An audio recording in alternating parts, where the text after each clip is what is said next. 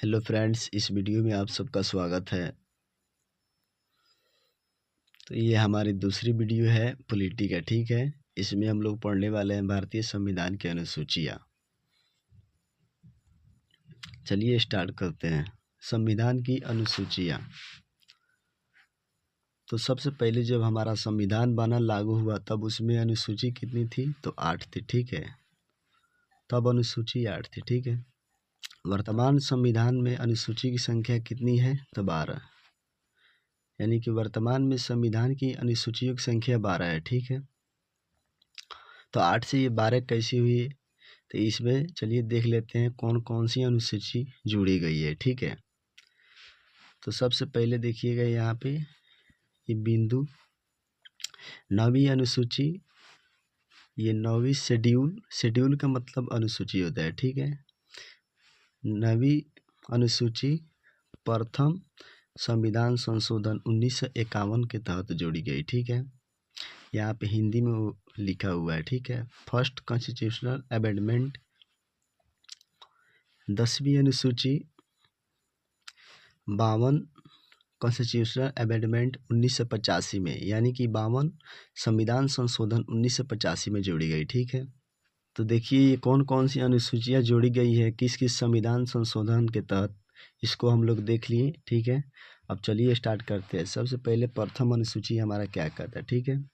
तो कहता है कि भारत के राज्य एवं संघ शासित प्रदेशों के नाम, सीमाएं एवं न्यायिक क्षेत्र रखे गए हैं, ठीक है। इसको हम लोग पढ़ेंगे प्रथम अनुसूची में। यानी कि भारत में हमारे राज्यों की संख्या 28 है टोटल, ठीक है। और संघ शासित प्रदेश या केंद्र शासित प्रदेश कितने हैं? तो 8 है, ठीक है। अब चलिए दूसरी अनुसूची को हम लोग पढ़ते हैं कि संवैधानिक पदों पर आसीन पदाधिकारियों, परिलब्धियों, वेतन भत्ते एवं विशेषाधिकार के बारे में ये बताता है। यानी कि जो संवैधानिक पद पर जो पदाधिकारी हैं उनके वेतन के बारे में बताता है, ठीक है। इसको हम लोग मार्क कर लेते हैं, वेतन के बारे में। और विशेषाधिकार के बारे में बताता है, यानी जो राष्ट्रपति होगा उसका वेतन कितना होगा, राज्यपाल, लोकसभा, ठीक है। राज्यपाल, लोकसभा के अध्यक्ष एवं उपाध्यक्ष। अगला राज्यसभा के सभापति एवं उपसभापति, इनके वेतन भत्ते और विशेषाधिकार के बारे में बताता है, ठीक है। राज्यों की विधानसभा अध्यक्ष और उपाध्यक्ष के वेतन और भत्ते और विशेषाधिकार के बारे में बताता है। फिर राज्यों की विधान परिषद के सभापति और उपसभापति, इसके वेतन भत्ते और विशेषाधिकार के बारे में दूसरी अनुसूची बताती है, ठीक है। अगला पॉइंट है कि उच्च न्यायालय के न्यायाधीश, इनके वेतन भत्ते के बारे में बताता है, ठीक है। उच्च न्यायालय के, ये है उच्चतम न्यायालय, ठीक है। और ये है उच्च न्यायालय के न्यायाधीश के बारे में वेतन भत्ता या विशेषाधिकार के बारे में बताता है, ठीक है। अगला है कि भारत के नियंत्रक एवं महालेखा परीक्षक के बारे में बताता है, यानी CAG, ठीक है। CAG, इसका हम लोग इंग्लिश में CAG का मतलब समझ लेते हैं, ठीक है। C मीन्स कंप्ट्रोलर, ठीक है। A means and editor general of India, ठीक है। इन भारत के नियंत्रक एवं महालेखा परीक्षक के ये भत्ता, वेतन और विशेषाधिकार के बारे में बताता है। तीसरी अनुसूची उम्मीदवार द्वारा ली जाने वाली शपथ या प्रतिज्ञा, ठीक है। ये बताती है कि जितने भी उम्मीदवार है, ठीक है, जैसे संवैधानिक उम्मीदवार है तो वो शपथ कैसे लेंगे, ठीक है, या प्रतिज्ञा कैसे लेंगे, उसके बारे में ये बताती है। जैसे सबसे पहला पॉइंट बताता है संसद और विधानमंडलों के उम्मीदवार ये शपथ और प्रतिज्ञा कैसे लेंगे, इनके बारे में बताया। अगला पॉइंट संसद और विधानमंडल, ठीक है, संसद और विधानमंडल के सदस्य के शपथ के बारे में बताया गया। अगला पॉइंट संसद एवं राज्य के मंत्री के शपथ या प्रतिज्ञा के बारे में बताया गया है। अगला पॉइंट उच्चतम न्यायालय या उच्च न्यायालय के न्यायाधीश के बारे में के शपथ के बारे में बताया गया, यानी हाई कोर्ट तथा सुप्रीम कोर्ट के जो जज होते हैं उनके शपथ या प्रतिज्ञा के बारे में बताया गया। अगला पॉइंट नियंत्रक एवं महालेखा के परीक्षक CAG अभी हम लोग पढ़े हैं, इनके शपथ या क्या तो प्रतिज्ञा के बारे में बताया। चौथी अनुसूची क्या करती है, इसको हम लोग देख लेते हैं। तो राज्यसभा में विभिन्न राज्यों, ये जो राज्यसभा होता है इसमें विभिन्न राज्यों एवं केंद्र शासित प्रदेशों के लिए सीटों का आवंटन, ठीक है। जो हमारा राज्यसभा होगा उसमें जितने राज्य हैं तथा केंद्र शासित प्रदेश है उसमें सीटों की कितनी संख्या कहाँ होगी, ठीक है। इसके बारे में चौथी अनुसूची बताती है, इसके बारे में हम लोग हमें पढ़ना है, ठीक है। पांचवी अनुसूची हमारी क्या कहती है, इसको हम लोग देख लेते हैं, ठीक है। तो पांचवी अनुसूची अनुसूचित एवं जनजातीय क्षेत्रों के प्रशासन और नियंत्रक के उपबंध के बारे में बताता है। यानी छुआछूत से जो क्षेत्र हैं उनके लिए किसी भी भेदभाव में नहीं पड़ना है, उसके लिए प्रशासन एवं नियंत्रक के उपबंध के बारे में ये बताता है पांचवी अनुसूची, ठीक है। छठी अनुसूची, ठीक है। असम, मेघालय, त्रिपुरा और मिजोरम के जनजातीय क्षेत्रों के प्रशासन एवं नियंत्रण, ये जो 4 राज्य हैं इनके जनजातीय क्षेत्रों और प्रशासन के नियंत्रण के बारे में यहाँ पे दिया हुआ है, ठीक है। तो ये 4 राज्य अपने आप में मिलकर एक ADCA बनाती है। ADCA मतलब यहाँ पे देखिएगा एटोनोमस डिस्ट्रिक्ट काउंसिल, ठीक है। स्वायत्त जिला परिषद, ठीक है। स्वायत्त जिला परिषद का मतलब ये होता है कि यदि इन पे कोई गवर्नमेंट एक्शन नहीं उठाती है, ठीक है, तो ये अपने आप कोई छोटी मोटी कामकाज को ये करने के लायक हो जाते हैं। ये ADC का फुल फॉर्म और इसका मतलब हो गया, ठीक है। अब चलिए देख लेते हैं कि कुल ADCA कितना है। यहाँ पे देखिए कुल ADCA 10 है, ठीक है। ये जो 4 राज्य हैं इनमें ADCA को कैसे बांटा गया है इसको हम लोग देख लेते हैं, ठीक है। असम में 3 ADCA हैं, कौन कौन, तो एक है बेड़ो में, दूसरा दीमा और तीसरा कार्बी में, ठीक है। मेघालय में भी 3 ADCA है, ठीक है। 3 असम में और 3 मेघालय में। तो मेघालय में देख लेते हैं, पहला गारो, खासी और जयंतिया, 3 ये हो गई, ठीक है। और फिर उसके बाद मिजोरम में 3 है, चकमा, लाई और मारा, ये 3 ADCA इसमें हो गई। त्रिपुरा में 1 है, तो 3 दूना 6, 3 त्रिका 9, 1 10, देख लीजिए कुल 10 ADCA हो गया, ठीक है। अब ADCA में कुल 30 सदस्य होते हैं, ठीक है। जो ADCA का निर्माण होता है इसमें कुल 30 सदस्य होते हैं, ठीक है। 26 लोकल वोटिंग से चुने जाते हैं और 4 गवर्नर या राज्यपाल के द्वारा चुने जाते हैं, ठीक है। ADCA का शक्ति या नियंत्रण का अधिकार राज्यपाल के पास होता है, ठीक है।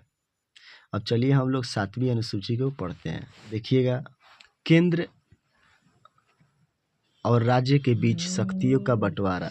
अब देखिए यहाँ पे सबसे पहले संघ सूची का कानून कौन बनाता है, तो सेंट्रल गवर्नमेंट यानी केंद्र सरकार बनाती है। राज्य सूची जो होती है स्टेट लिस्ट, उसका कानून कौन बनाता है, तो स्टेट गवर्नमेंट यानी राज्य सरकार बनाती है। समवर्ती सूची जो होती है इसका कानून कौन बनाता है, तो केंद्र और राज्य दोनों बनाता है, ठीक है। तो ये हमारा जो संघ सूची है इसमें कितने सब्जेक्ट हैं, तो वर्तमान में 100 है, ठीक है। लेकिन मूल में कितने थे, तो 97 थे, ठीक है। और राज्य सूची में वर्तमान में 61 सब्जेक्ट हैं, लेकिन मूल में 66 सब्जेक्ट थे, ठीक है। समवर्ती सूची में वर्तमान में 52 सब्जेक्ट है, लेकिन मूल में कितने थे, तो 47 थे, ठीक है। अब चलिए हम लोग 8वीं अनुसूची को पढ़ते हैं। तो ये बताती है संविधान द्वारा मान्य भाषाएं, यानी संविधान में जो भाषा को माना गया है उसके बारे में बताती है। तो मूल में कितने भाषा को मानी गई थी, तो 14 भाषा, ठीक है। लेकिन वर्तमान में 22 भाषा है, ठीक है। तो चलिए सबसे पहले मूल भाषा को देख लेते हैं, ठीक है। और कौन कौन सी भाषा को जोड़ी गई है उसको भी देख लेते हैं। तो सबसे पहले संस्कृत से हिंदी बनी, उसके बाद में उर्दू, गुजराती, उड़िया, बांग्ला, कश्मीरी, पंजाबी, असमिया, मराठी, तमिल, तेलुगु, कन्नड़, मलयालम, ठीक है। ये जो 14 भाषा है ये मूल भाषा है, ठीक है। ये 14 भाषा कौन भाषा है, तो मूल भाषा है, ठीक है। यहाँ पे देखिएगा तमिल, तेलुगु, कन्नड़ और मलयालम ये मिलकर द्रविड़ भाषा का निर्माण करती है, ठीक है। द्रविड़ भाषा का निर्माण करती है। अब चलिए देख लेते हैं कि जो वर्तमान में 22 भाषा है, ठीक है, तो इसमें कौन कौन सी भाषा जोड़ी गई है उसको हम लोग देख लेते हैं, ठीक है। तो 21वां संविधान संशोधन 1967 के तहत सिंधी भाषा को जोड़ी गई, ठीक है। 71वां संविधान संशोधन 1992 के तहत नेपाली, मणिपुरी, कोंकणी भाषा को जोड़ी गई, ठीक है। 92वां संविधान संशोधन 2003 के तहत मैथिली, संथाली, डोगरी और बोडो भाषा को जोड़ी गई, ठीक है। तो ये भाषा जो है ये संविधान द्वारा जोड़ी गई है, ठीक है। लेते हैं यहाँ पे शास्त्रीय भाषाएं कितनी है, तो शास्त्रीय भाषाएं 11 हैं, ठीक है। जिसमें तमिल भाषा सबसे पुरानी भाषा है जो 2004 में बनी, ठीक है। संस्कृत भाषा 2005 में बनी, ठीक है। तेलुगु कन्नड़ 2008 में बनी, मलयालम 2013 में बनी, उड़िया भाषा 2014 में बनी, मराठी, पाली, प्राकृति या असमिया ये बंगाली 2004 में बनी, जो सबसे नई भाषा है, ठीक है। इसको हमेशा याद रखेंगे हम लोग, ये नई भाषा है। अब चलिए 9वीं अनुसूची के बारे में पढ़ते हैं कि 9वीं अनुसूची क्या कहती है, ठीक है। अनुसूची आर्टिकल 31B द्वारा जोड़ी गई है, ठीक है। और कौन सा कॉन्स्टिट्यूशनल अमेंडमेंट, तो प्रथम कॉन्स्टिट्यूशनल अमेंडमेंट 1951 के तहत 9वीं अनुसूची को जोड़ी गई है, ठीक है। कि 9वीं अनुसूची के अंतर्गत अधिकार यदि मौलिक अधिकार का उल्लंघन करे तो यह मान्य हो जाएगा, ठीक है।